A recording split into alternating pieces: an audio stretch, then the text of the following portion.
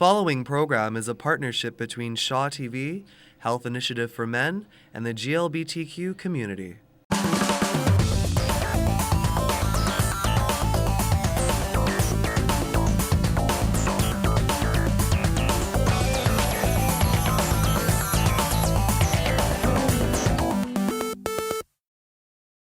Welcome to Outgames TV. The 2011 North America Outgames are out in full force this week in Vancouver. I'm Rebecca Wyman. And I'm Dan Doomshaw. Today we're coming to you from the Roundhouse Community Centre, where the Vancouver Queer Arts Festival is also in full force with their festival called The Games People Play. It's a tribute to the Outgames, and it features workshops, performances, and as you can see behind us, visual art shows.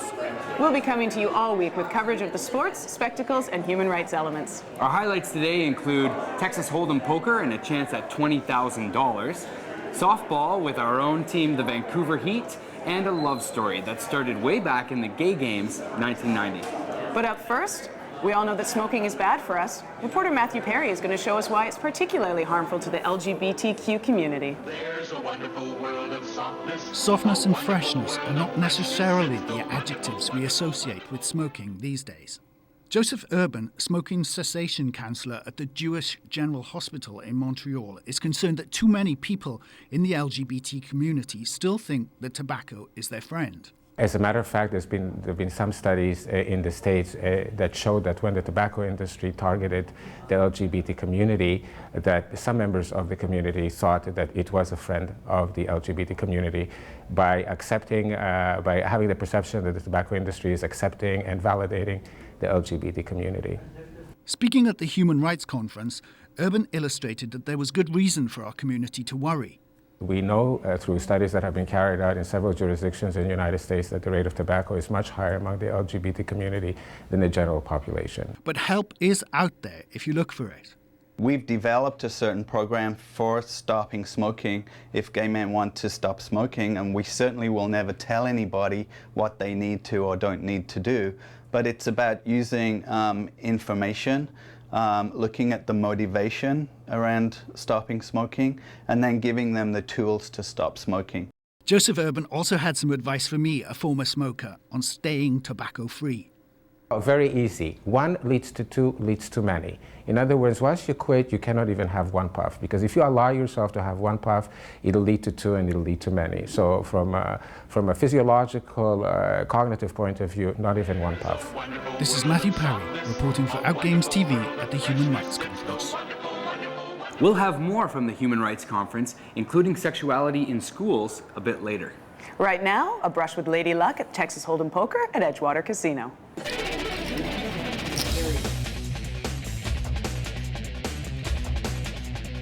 Poker has become one of the biggest strategic recreational sports.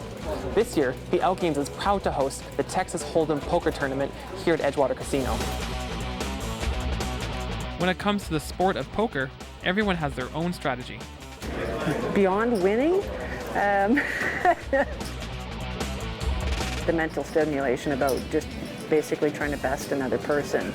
And it's not always about what you've got in your hand. Sometimes it's just how you play. The mind is a muscle. Of course, you want to have a good hand. That'll always excite you. And watching other players and kind of trying to read people and how they play. Native Texan Debbie Storr's poker strategies are influenced by her biggest inspiration, her father. My dad was a big poker player, and actually was trying to be instrumental in being a lobbyist to get casinos in Texas. So I'm really here for him, and I'm playing for Dad. Debbie's father was diagnosed with colon cancer last year. By the time doctors discovered the tumor, it was too late. He had a massive heart attack in 2005, and so he's had 25% lung capacity and 25% heart capacity, so they would not operate him.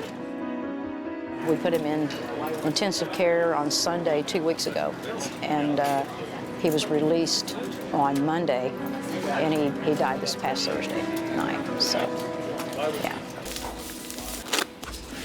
Check, raise, all in. But Debbie's still here, carrying on her father's legacy and putting on her strongest poker face, just like Dad would. I know he's telling me when to stay and when to fold him. Dad, I know you're up there. You're probably having a beer with St. Peter right now, trying to talk him into letting you in up there. So you do your thing up there, and I'll do my thing down. In Vancouver, this is Skylar Bear for Outgames TV.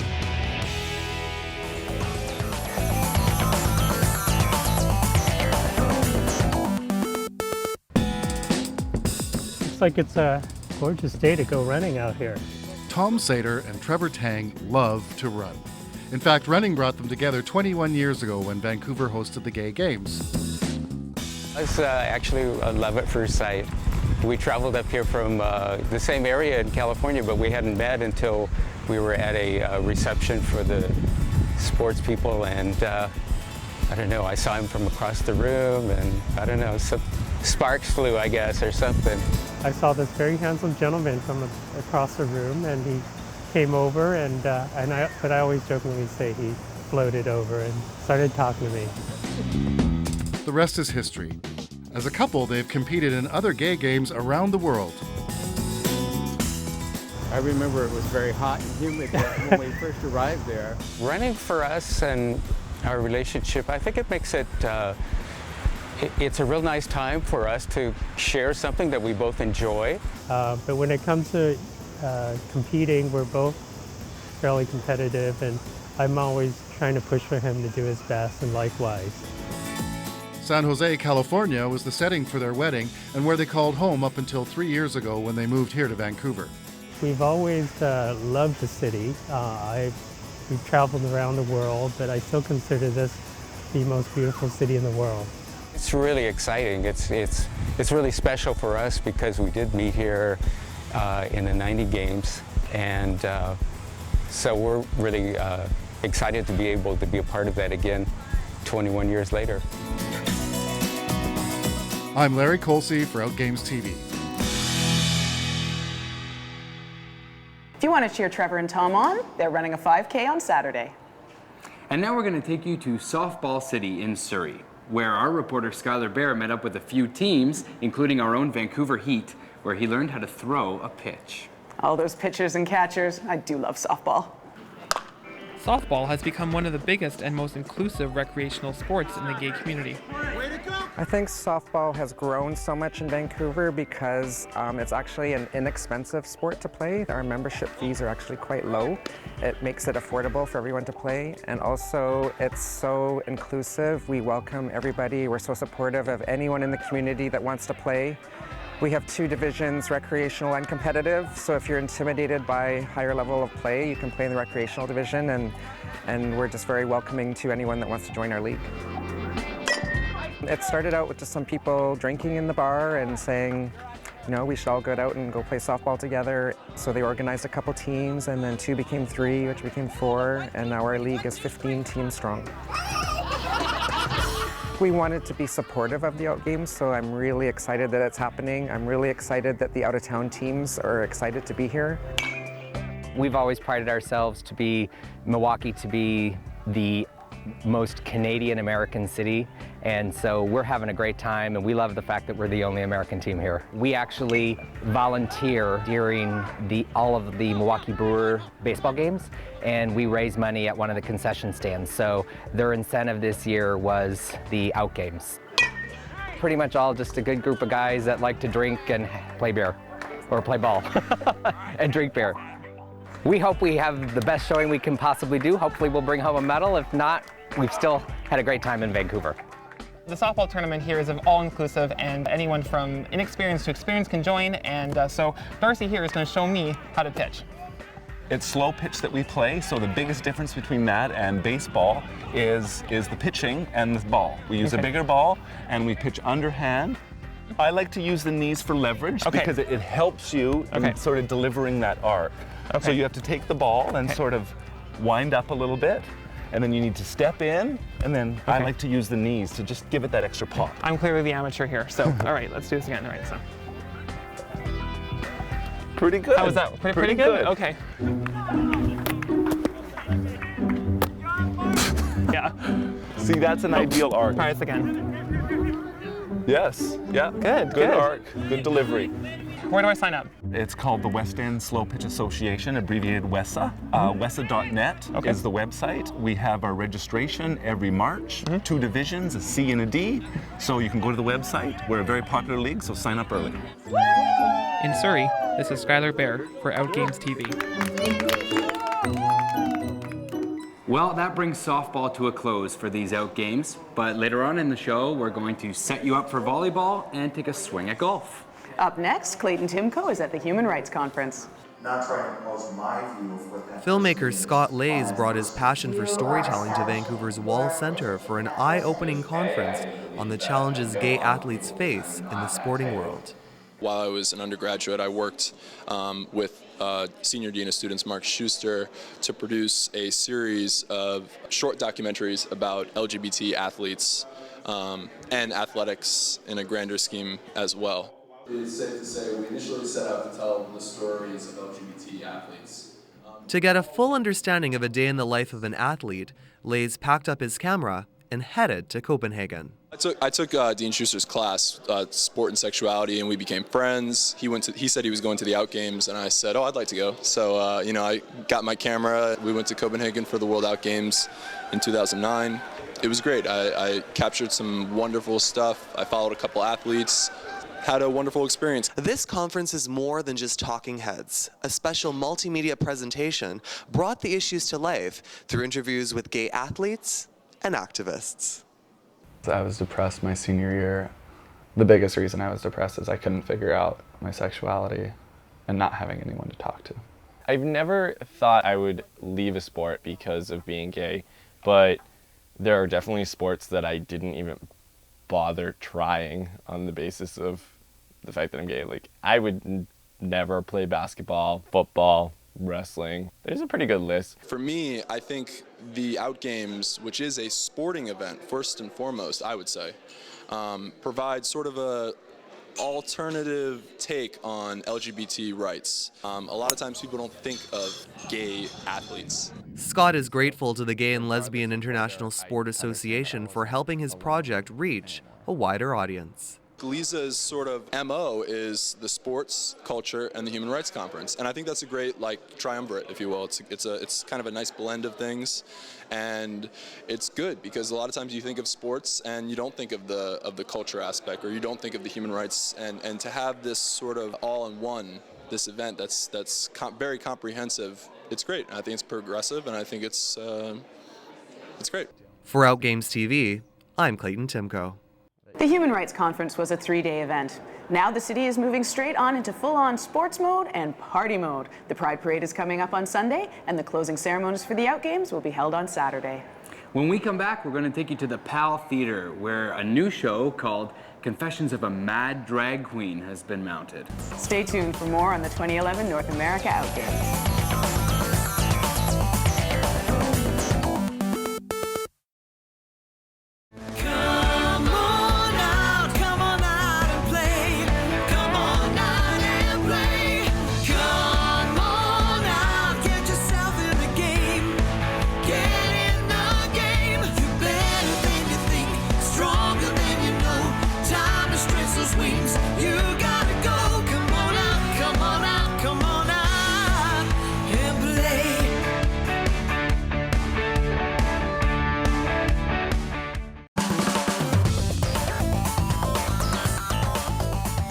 Welcome back to Outgames TV. I'm Rebecca Wyman. And I'm Dan Doomshaw. We're at the Roundhouse Community Centre, where the Vancouver Queer Arts Festival is happening, running till August 13th. And Outgames TV has a Facebook site and a YouTube site for you to join.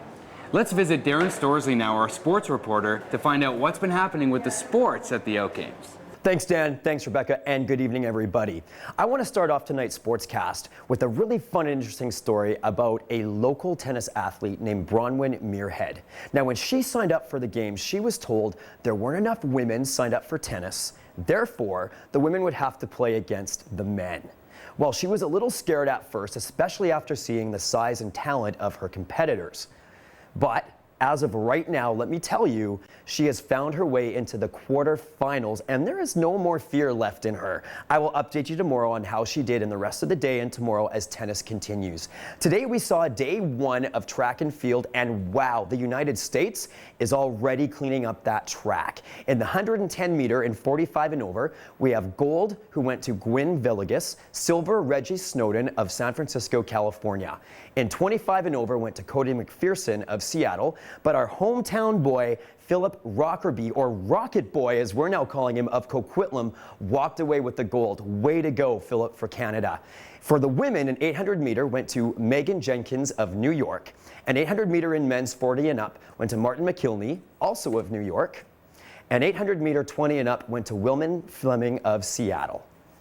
Now, let's see what happened when I visited all of our volleyball teams and made so many new friends. I want you to meet them now.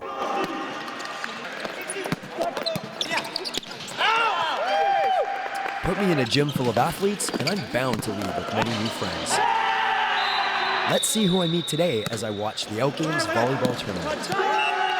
I couldn't think of a better way to start off my volleyball adventure today than with our hometown player, the Vancouver team. Yeah. What does it feel like to have welcomed the world to your city and then to play against them? It's really good to have people from different countries. Like, we have people from Colombia. It just makes Vancouver really feel like everybody's here. Like, Vancouver is very multicultural, and today it was proven again that we are indeed like like the melting pot of the world. So it feels good, man. Well, I found Toronto, and apparently there were so many of them that they have 4 teams representing their city. Tell us so far, how is your tournament going for you? Very well. Right now we're playing in the for the gold, bronze, and silver medal rounds. Okay. So right now we're looking right now for gold, and we're one more game to go. Next, I found Seattle. What are some of the strategies that you as a team are using out in the courts? I think the biggest strategy we have today is relaxed, fun volleyball, and just no drama. You know, we're not Olympic level athletes. Yeah, we want to have fun and play our game and trust each other. So trust. Okay. Now over here, I hear serve over the net. Is there another way that you do it? Some try to go through or under. Yeah, or around sometimes, depending. I would say possibly the highlight of my day is finally catching up with the team from Colombia. Now,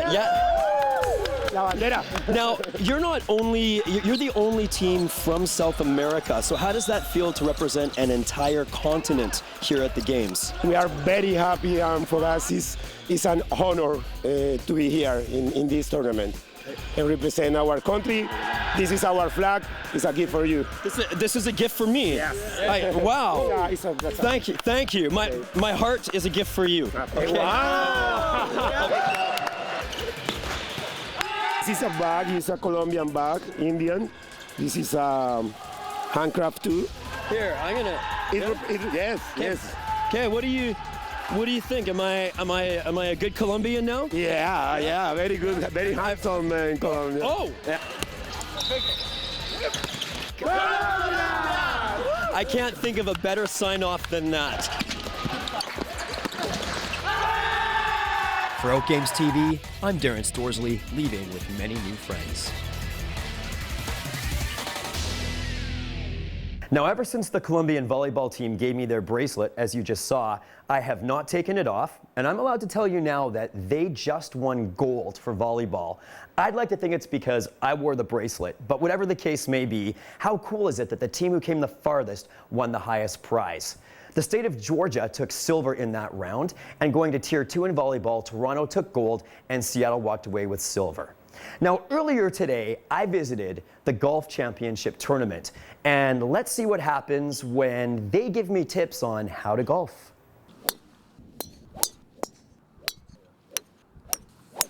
The relaxing yet strategized game of golf is brought to life by our Outgames athletes. Local avid golfer Kahina Morissette is excited to compete for the second time in the Outgames. I've never felt that much pressure. I participated in the Outgames in 2006. It was wonderful. There was gay and lesbians and all the LGBT community from all over the world, more than 15,000 athletes, I think. It felt like a big community event with lots of sports and lots of entertainment too, and I enjoyed it a lot. I officially declare the first World Outgames Montreal 2006 open! In 2006, I had just begun playing golf about a year and a half before. I don't remember I placed or anything, but I was so happy to participate. Kahina is feeling great about her upcoming game and is excited for this challenge. I want to play my best today. I have practiced and I feel, I don't know if I can say I'm ready, but you know, it's about playing your best for me. And if my best is good enough to win something, well, I'm happy. If it's not good enough, you know, I'm not going to put myself down or anything. I would have done my best. I definitely wasn't going to pass off the opportunity to improve my swing and learn from a pro. So you just start with an athletic stance. You have your hands on the grip and you take your club back and down and through the ball, and that's it. And it flies. There. Whew.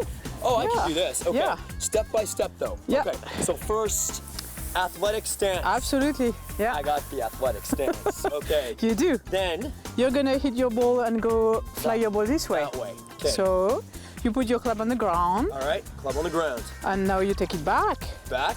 Yeah. And you get ready to hit the ball and make it fly. And you get ready. Yeah. So back. Yeah. Athletic stance. And go for it. Exactly. And right to the top of Grouse Mountain. All right, not bad for my biker boots, hey? Yeah, I think you're doing good. Seattle's Tom Abrams sums up his personal meaning of golf and his moment just before his game starts. Golf is about, you know, not thinking about what you did, but actually just thinking about the moment. I'm just happy to be out with this group of people here and other gay golfers, because it's rare to see gay golfers on a golf course, so. Good girl, good shot. For Outgames TV, I'm Darren Storsley saying, "Four." Well, it sure is good for those athletes that they're not up against me on the golf course. But I am happy to say that Kahina took the silver and Tom took the bronze in their golf tournament. And I took the gold. Okay, that may or may not be true. Now, tomorrow, I'm excited to update you on soccer. We know that Florida and Seattle are still neck and neck, and I'm excited to give you some updates of our local Vancouver teams. That's it for me tonight. For me, I say goodnight, but for you, you say hello to Dan and Rebecca. Well, now that we've taken a look at sports, it's time to move on from the mulligans on the golf course to madness, mascara, and murder. Our reporter Colin Winter has a front row seat for Confessions of a Mad Drag Queen. This week, Confessions of a Mad Drag Queen is playing at the PAL Theatre, Vancouver.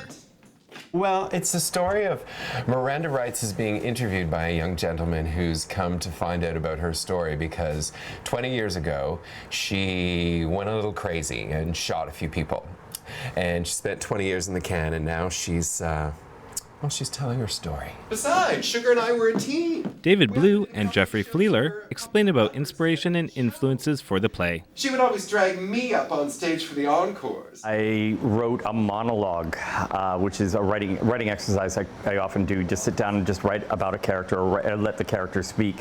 And the next thing I knew, the story started to evolve around that monologue and grew from there. The main influences for this character specifically are old starlets. Betty Davis is definitely Miranda's biggest idol. And next to that would probably be Joan Crawford. But it's the sensibility that she really loves to live in, for sure. Yeah, it's even in the rhythm of her speech. She's very, very much Betty Davis. Yeah.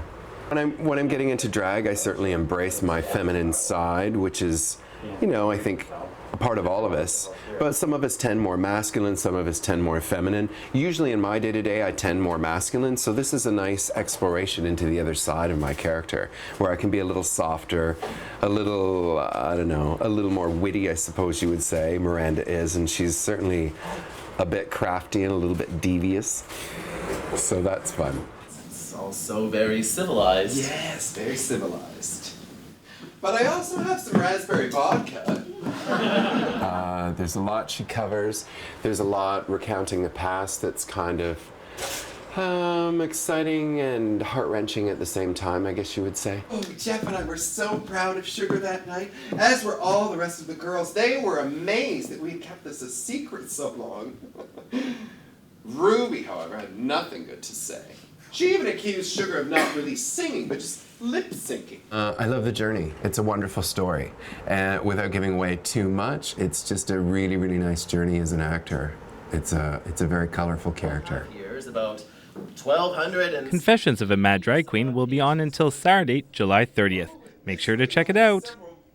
In Vancouver, I'm Colin Winter for Outgames TV. My story is going to be even bigger than the Lord of the Rings or that silly wizard boy. Confessions of a Mad Drag Queen runs at the Powell Theatre through July 30th. And here at the Roundhouse Community Center, the Queer Arts Festival's Games People Play runs until August 13th, so come down here and check it out. Please also check us out tomorrow at 10 p.m. for a brand new episode. And we expect to see you all at the Outgames closing ceremonies on Saturday at the Plaza of Nations. They run from 11 a.m. till 10 p.m. and feature headliners Dragonette and Ace of Base. And you don't want to miss the flash mob happening at 3 p.m. on Saturday. Also, it's a fully licensed venue.